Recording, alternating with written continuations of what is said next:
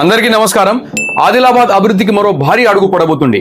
ఢిల్లీలో కేంద్ర రక్షణ మంత్రి రాజ్నాథ్ సింగ్ గారు, కేంద్ర మంత్రి కిషన్ రెడ్డి గారు మరియు విమానయాన శాఖ మంత్రి రామ్మోహన్ నాయుడు గారులతో జరిగిన కీలక సమావేశంలో ఆదిలాబాద్ విమానాశ్రయంపై స్పష్టమైన ముందడుగు పడింది.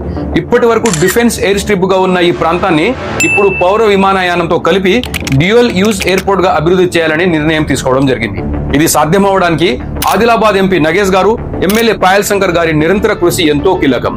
వారు కేంద్ర ప్రభుత్వం వద్ద పదే పదే ఈ అంశాన్ని ప్రస్తావిస్తూ భూసేకరణలో ఎలాంటి సమస్యలు లేవని స్పష్టంగా తెలియజేసి ప్రాజెక్టుకు మార్గం సుగమం చేశారు. ఇప్పటికే 360 ఎకరాల డిఫెన్స్ భూమి అందుబాటులో ఉండగా అదనంగా 450 ఎకరాలు రాష్ట్ర ప్రభుత్వం ఇవ్వడానికి సిద్ధంగా ఉండడం వలన ఈ ప్రాజెక్టు వేగంగా ముందుకు సాగేందుకు సహాయపడుతుంది.